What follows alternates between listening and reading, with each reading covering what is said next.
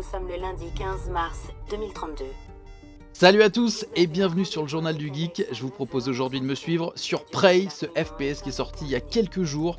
FPS assez mystérieux, vous allez voir, qui se passe dans un environnement de SF avec pas mal de monstres et de choses flippantes. Allez, c'est parti, on va voir ça ensemble. Donc pour vous expliquer un petit peu quand même ce qui se passe ici, parce que vous voyez que ça a l'air en mauvais état, on se retrouve en fait sur une station spatiale qui s'appelle Telos One. Et on est donc dans la peau d'un homme qui s'appelle Morgan Yu. Alors je dis un homme mais ça peut être une femme, vous avez le choix au début de l'aventure. Et en fait sans le savoir, vous allez apprendre que vous étiez un scientifique de cette station. Et que vous allez être retenu en captivité pour mener des expériences. Mais ça vous ne le savez pas. Et lorsque vous allez vous en rendre compte, vous allez vous échapper. Et un petit peu à la Half-Life, vous allez remarquer que la station spatiale ne va pas très bien. Et qu'elle a en fait envahi de monstres, enfin d'extraterrestres, d'entités, qu'on appelle les Typhoons. C'est ces espèces de petites araignées que vous venez de voir là, que j'ai tuées au fusil à pompe. Il y a également des fantômes. Alors là, c'est des formes humanoïdes qu'on va croiser normalement dans très peu de temps. J'ai sélectionné un passage assez sympa, assez verdoyant. Voilà, et donc cet environnement, enfin on se situe en 2032, quelque chose comme ça, dans les années 2030, dans un scénario où Kennedy n'a pas été assassiné et où une course, on va dire une course à l'espace est arrivée un petit peu prématurément, tout le monde est allé un peu trop vite, et du coup on est dans un endroit complètement ravagé, où tout est allé trop vite tout simplement. Donc vous voyez ces espèces de fantômes. Voilà, j'y vais à tâtons, hein, comme vous pouvez voir, parce que vous allez vous rendre compte qu'on est très très vulnérable dans ce jeu.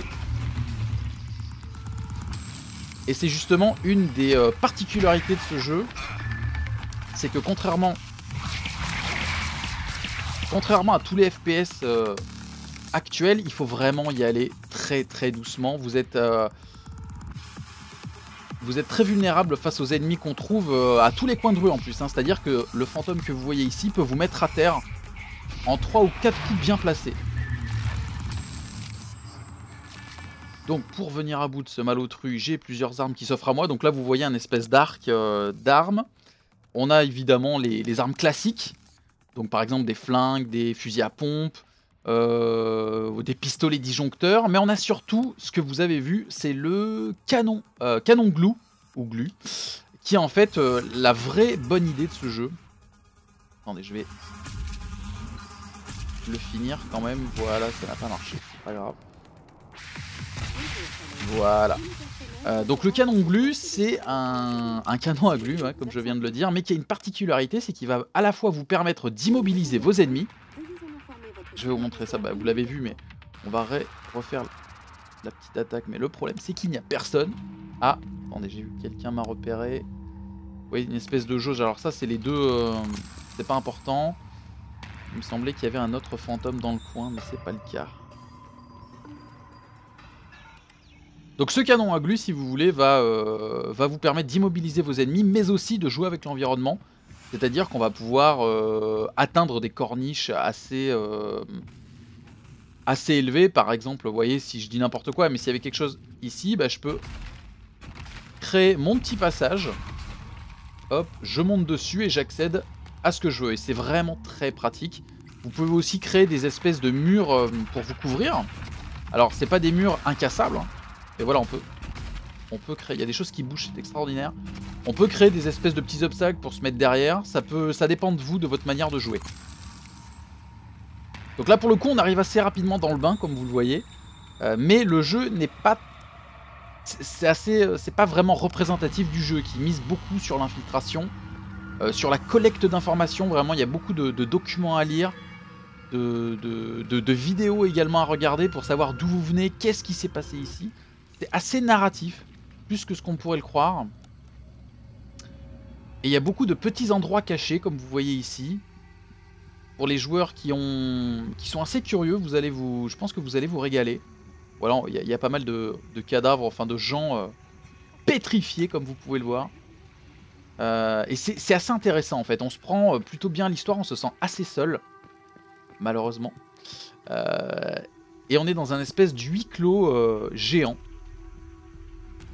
Non, bon bah là apparemment je n'ai pas les accès, donc je vais revenir un petit peu en arrière pour vous montrer davantage d'environnement. Ouais, en plus je crois qu'il y a une grosse bébête qui m'attend derrière. Je vais me faire éclater. C'est pas grave. Voilà, donc pour ce qui est du contexte, hein, vous avez compris, un monde assez SF, d'ailleurs qui ressemble un petit peu, si vous connaissez, au premier Prey qui était sorti il y a 10 ans. C'était déjà un petit peu l'ambiance. On était aspiré par une soucoupe volante, on arrivait donc dans des mondes extraterrestres. Là, ça reprend plus ou moins la même intrigue avec une direction artistique vraiment différente qui peut un peu se rapprocher de BioShock. En tout cas, qui est très réussi.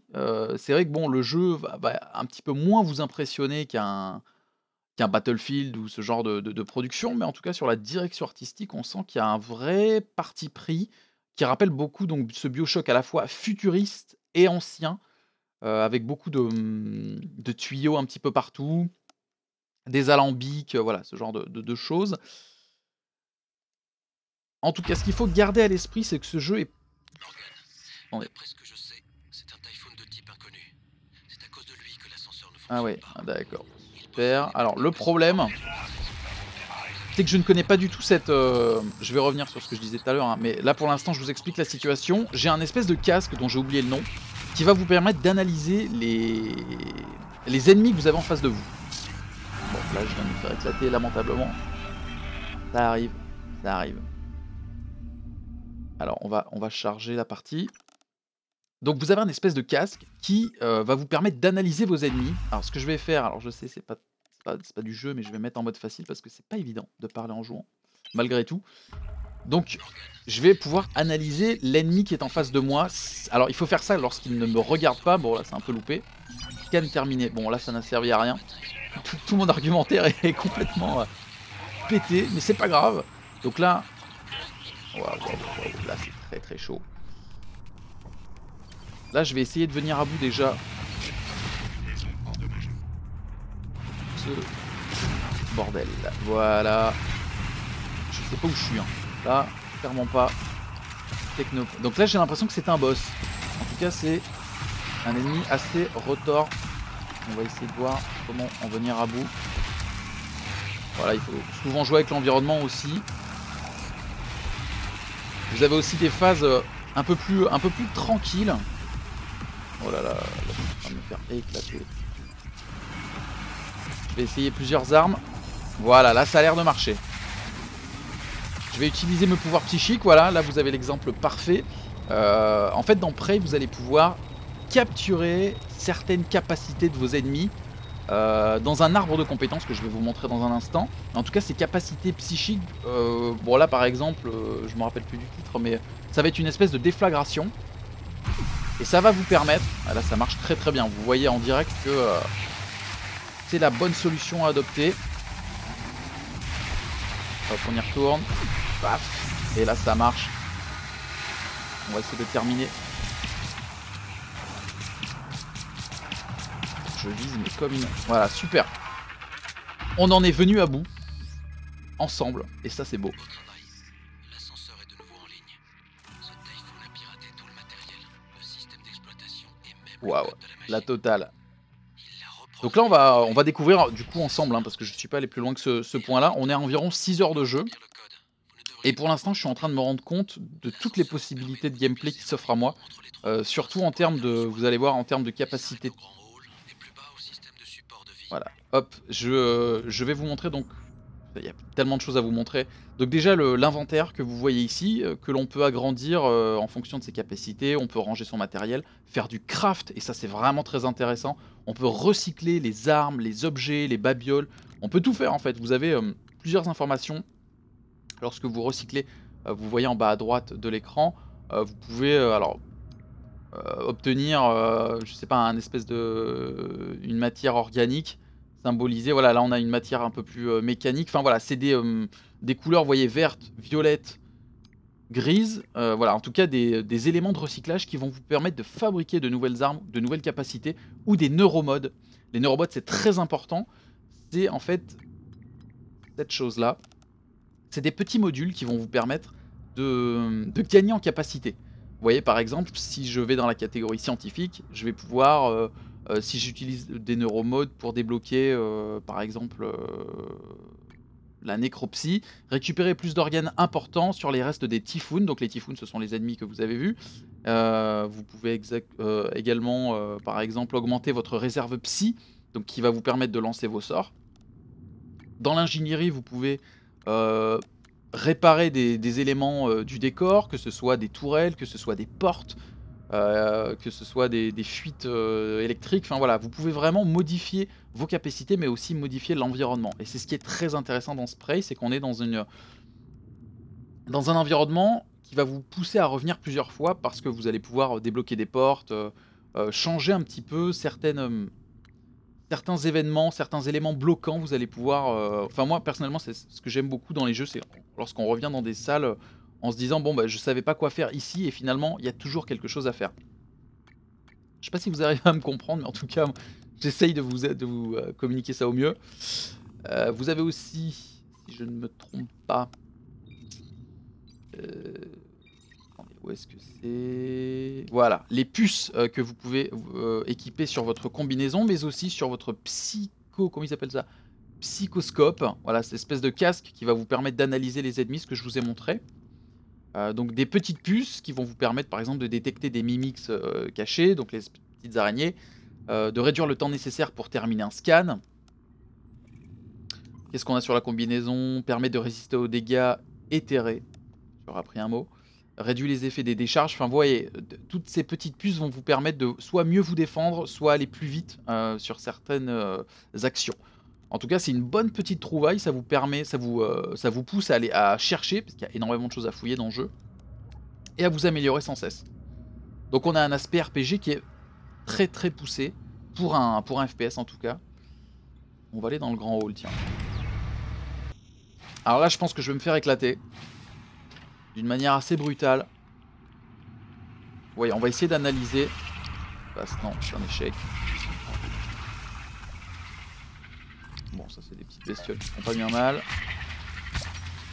Voilà, un nid de toïdes. Voilà, vous voyez, par exemple, j'analyse. Ça c'est une tisseuse, hein, si je me trompe pas. Ouais. Les tisseurs sont assez vénères. Vous voyez, je peux analyser et attaquer en même temps, c'est assez sympa. Qu'est-ce qui vient de se passer là? Et tout va bien. Alors ici on est dans le hall principal du jeu, que vous allez souvent parcourir de long en large pour aller d'une zone à l'autre. C'est un petit peu, voilà, pas votre QG, mais on va dire l'artère principale de la zone de jeu. En tout cas, au point où j'en suis, hein. Je vous rappelle qu'on a environ 6 heures de jeu. Vous voyez? Et ce qui est intéressant, c'est que vous pouvez voir, vous avez le choix de contourner vos ennemis ou pas. J'aurais pu aller à l'affrontement, comme au début, mais je peux aussi me la jouer furtif, prendre n'importe quel chemin, celui que je veux, et aller à mon objectif. Vous voyez, on va plutôt faire une petite mission secondaire. Ça sera peut-être un peu plus sympa. Ah, par exemple ici, c'est assez drôle. Ok, donc là il y a déjà des mecs assez vénères qui m'attendent. Là c'est un espèce de fantôme, je vais essayer de l'analyser pour comprendre ce que c'est plus précisément. Un fantôme thermique. Et normalement, on peut voir, voilà, il est immunisé au feu, ce qui est, je pense, assez normal. Et on peut voir ses points faibles. Super pouvoir à scanner, super thermique, résistance thermique, faiblesse, psychiatrie. Non, psychique, oui, parce que psychiatrie, à mon avis, il s'en fout un petit peu. Donc on va lui balancer, évidemment, je n'ai pas assez de pouvoir psychique. Ah ouais, j'ai rien, mais j'ai rien du tout, quoi. Alors j'en profite, on peut aussi modifier ses armes, on va le faire tout de suite par exemple. J'ai mon pompe, je veux le booster, je vais booster, je peux réduire son recul, augmenter sa vitesse de rechargement, je vais plutôt baisser le recul. Voilà, super, j'aurais bien aimé vous montrer le pouvoir psychique, mais malheureusement je n'ai plus de potion pour ça, c'est pas grave. On prend la petite roue, le fusil à pompe. On va peut-être, vous savez quoi? Ah ouais d'accord, je n'ai plus de glu, c'est pas grave. On va y aller à la bourrin. Ah, il est très très chaud celui-là. Il est très très chaud. Donc là il faut essayer de se la jouer un minimum. dans la finesse.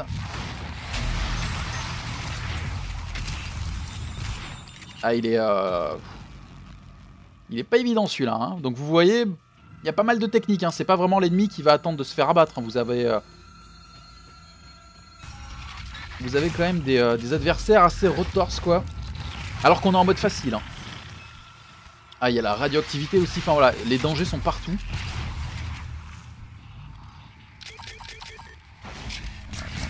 J'ai pas une autre arme. Ouais, on a aussi des petites grenades. Bon, je sais pas si ça va servir à grand chose. Ça n'a pas fonctionné. C'est une galère. Hein. C'est vraiment une galère. Non, ça marche pas. Donc on va le finir au silencieux d'une manière... Ah, j'ai une arbalète qui malheureusement ne sert pas à tuer. Dépêche-toi. Et c'est bon. On est venu à bout. Voilà, je crois qu'on va se quitter aux toilettes. Ça va être sympa. Voilà, donc beaucoup d'environnement, hein, vous avez vu. Beaucoup de lieux à découvrir. Beaucoup de dangers dans tous les sens. Une histoire à découvrir plutôt intéressante.